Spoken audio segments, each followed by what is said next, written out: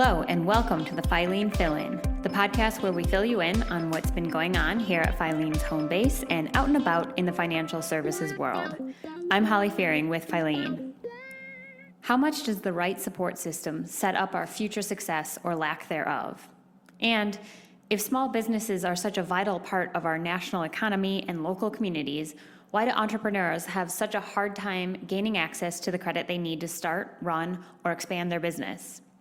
We'll talk with Susan Henry, Manager of Community Investments at Alterna Savings in Toronto, Ontario. We saw microfinance as a tool to help mitigate poverty, promote self-sufficiency within communities, and the microfinance program was key to closing the gap for individuals who couldn't access financial services. Initially, microfinance was part of our corporate social responsibility pillar under community economic development.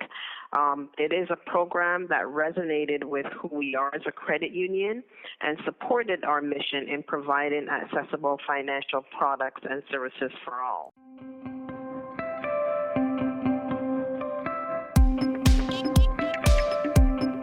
Right now, we're noticing that, for example, there are many young adults who are graduating with high student loan debt, and they're having to create their own employment through self-employment opportunities due to a lack of job or really wanting to do something more fulfilling with their lives. And these young adults, like many of the other groups that we serve in our microfinance program, lack stability in cash flow, credit, and capacity to take on traditional small business financing. So that's one group. And then we also have low-income earners or the working poor. And what we're seeing is that they have to juggle many jobs to make ends meet. And many of them are turning to self-employment to help patch their income.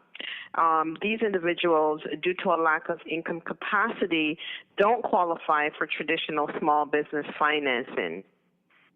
And we also have new immigrants to Canada who may be professionals in their country, but out of necessity turn to self-employment once they migrate to Canada.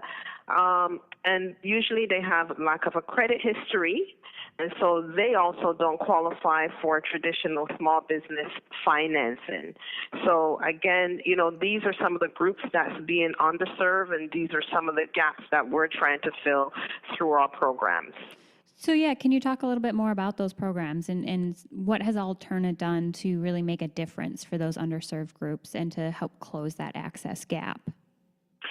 So a few years ago, we had to increase our borrowing capabilities because many of the individuals and enterprises we serve still couldn't access small business financing even after going through our microfinance program and getting an initial loan.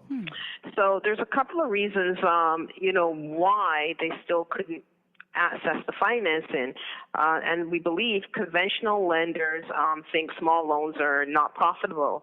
We know that the transaction cost on a small loan can be very expensive, and this is due to the due diligence process that's involved, anything from going through the interviews, analysis of the business plan, the financial statements, to the post-care once the loan has been granted.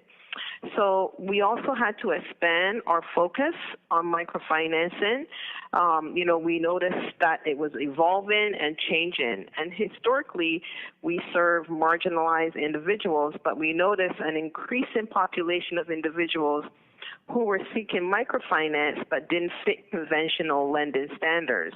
And the group that clearly emerged was women entrepreneurs, and these are the fast and growing segment of the Canadian economy. And women starting businesses, they were having a greater desire for freedom, flexibility, and better income opportunities, but many continue to face barriers to gaining access to capital. Mm-hmm. A second group that emerged was social entrepreneurs and social enterprises, and they are maximizing their profits to address economic, social, and environmental issues. Typically, traditional lenders don't understand these types of businesses because, you've got a social component and social cost that's attached to their business. And what we're also finding with that group is that many social entrepreneurs are young adults. I said just a little bit ago that many young adults, they're looking for something more fulfilling to do. So these social entrepreneurs are not just satisfied with making a profit. They want to make profit while helping to build a better world. Mm-hmm. I also mentioned previously the working poor or low-income earners. This is another group that emerged for us who are patching their income. Many are women, immigrants, visible minorities, young people. They may be less educated or they may be single parents. So again, we're seeing that these are the gaps out there, and we are looking to close those gaps for these groups. And how have you seen that effort to close those gaps starting to make a difference in the livelihoods of individuals in your community? Every year with each micro borrower we meet, we are reminded that the small loan to help start a simple business can be pivotal in helping these low underserved individuals become accepted both economically and socially. So with increased income and financial self-sufficiency, we're seeing household stability, access to food, clothing, shelter, education, and access to building for their future security. So what we see is the overall impact can lead to an alleviation of poverty, not just for the individuals, but for their families as well. Mm-hmm. When you talk about how it impacts individuals, are you seeing that it's leading towards building a stronger community overall for in your entire community? Definitely. So we've seen firsthand how small loans can make a difference. And, we've had the opportunity to engage with academic institution partners who work with us to evaluate the impact of our microfinance program on really 3 different levels. So on the micro level, the impact produced by the program on the socioeconomic status of both the individuals and their household. Focus on the productivity, personal assets, income, and self-sufficiency of the individuals. And then we look at the meso or corporate level, and that's the impact on Alterna savings with respect to its reputation and the brand differentiation within the community as well as member loyalty. And then on the macro or the overall community, and that's the impact generated through things like job creation. And what we found that there have been demonstrable community and credit union benefits from the evaluation studies that we did.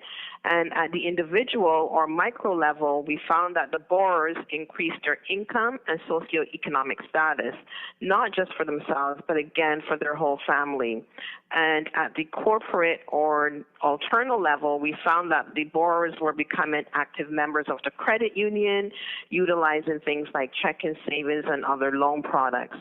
And at the community or societal level, we were really able to demonstrate job creation and a reduction in dependence of government safety net programs. So what we found that many of the individuals, once they receive a loan, they were able to provide for themselves. They were able to take themselves off, again, like I said, government assistance. That's really fantastic. I love how you've kind of laid that out and you're able to see that impact on that level. I have a feeling, that really excites your leaders at the credit union and motivates them to want to continue to do this work. So I often refer to the program as a win-win situation for Alterna and the borrower. And, when we took the time to map out the process, it sort of became clear that there was significant opportunities in bridging the social and financial benefits from a member and Alterna perspective. So let me explain that a little bit. So we provide financial services, including the microloan to loan applicants. And in return, we get personal and business memberships. When we add business development services such as access to appropriate financial literacy education, and education is a really big component of microfinance, and industry expert resources, we get more members who can now have the knowledge to make financial sound decisions on their personal and business matters. And through this increase in financial literacy skills, they also have access to more sophisticated products like investments and home ownership. So what we're saying is, if we couple the loan with education, financial literacy, our members are able to make better financial decisions and take advantage of more financial products and services that we offer.